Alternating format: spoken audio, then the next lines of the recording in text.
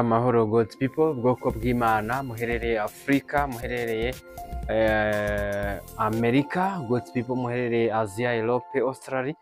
Amahoro y'Imana nabane namwe, murasuhuzwa na mugenzi wanyu Anastase Sibomana. God's people, bwoko bw'Imana. Nubundi nyirizina turi kuri TV1 twiga byinshi cyane byimbitse by'ingenzi kuri twe ndetse n'abagenzi bacu ndetse n'abazadukomokaho. Turimo turebera hamwe intego nyamukuru y'ubuzima bw'ikiremwa muntu kuri uyu mubumbe w'isi, ariho dusanga ndetse no kwiga ijambo ry'Imana nabyo biboneka mu ntego nyamukuru y'ubuzima bw'ikiremwa muntu ku mubumbe w'isi. Niho twibukiranya n'ubundi ntego y'ubwoko bw'Imana God's people, harimo no kumenyekanisha ukuri kw'ijambo ry'Imana uko riri, by'umwihariko tumenyekanisha inzira y'ukuri ijya mu bwami bw'Imana. Kandi ubwoko bw'Imana buri gihe buri hantu kuri buri gikorwa duhoza umutima ku by'iwacu mu ijuru. Uyu munsi turasubiza kuri kino kibazo, turi kurebera hamwe igisobanuro cyo impamvu kwiga ijambo ry'Imana biri mu ntego nyamukuru y'ubuzima bwacu kuri iyi si. Turasubiza iki kibazo kigira kiti nshimye ko wenda wemera ko kwiga ijambo ry'Imana ari ngombwa cyangwa ari intego nyamukuru. Ese abantu bose bafata umwanzuro wo kwiga ijambo ry'Imana bose niko baba bafite intego yo gushyira mu bikorwa iryo jambo ry'Imana biga?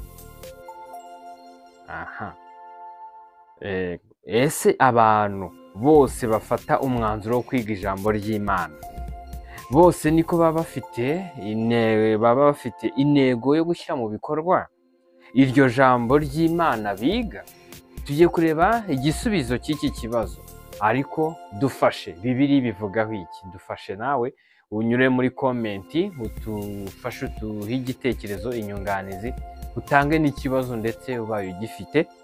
Yego, tugiye kurebera hamwe, tureba iby'ingenzi tugomba gukora no kubahiriza no kugenderaho nka God's people, nk'ubwoko bw'Imana, cyangwa icyo tugomba gukora.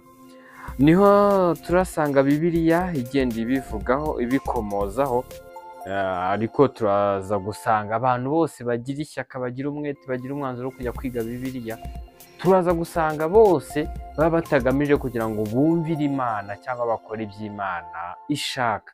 Bibiliya irabyerekana, irabihishura, ariho dusanga n'ubundi mu rwandiko rwa kabiri Pawulo yandikiye Timoteyo, ibice 3 umurongo wa 7, niho hagira hati bahora biga ariko ntabwo babasha kugira ubwo bamenya ukuri.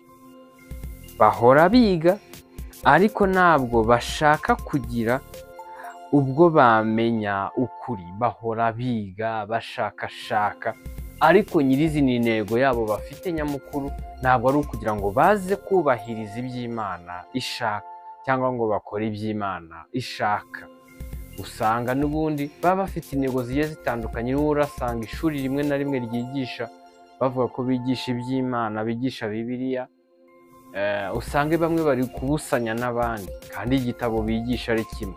Aho rero uraza gusanga bamwe baba batagamije kugira ngo bubahirize iby'Imana ishaka, badashaka kumenya ukuri nyirizina kw'icyo Bibiliya yashaka kwigisha.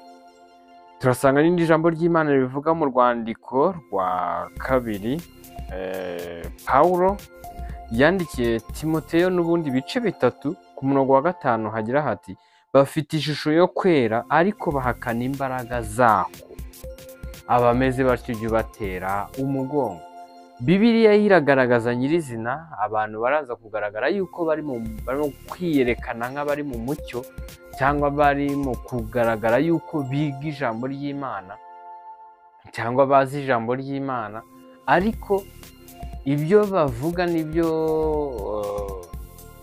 bavuga nyirizina cyangwa ibyo barimo kwiga ugasanga bihabanye n'ibyo bakora.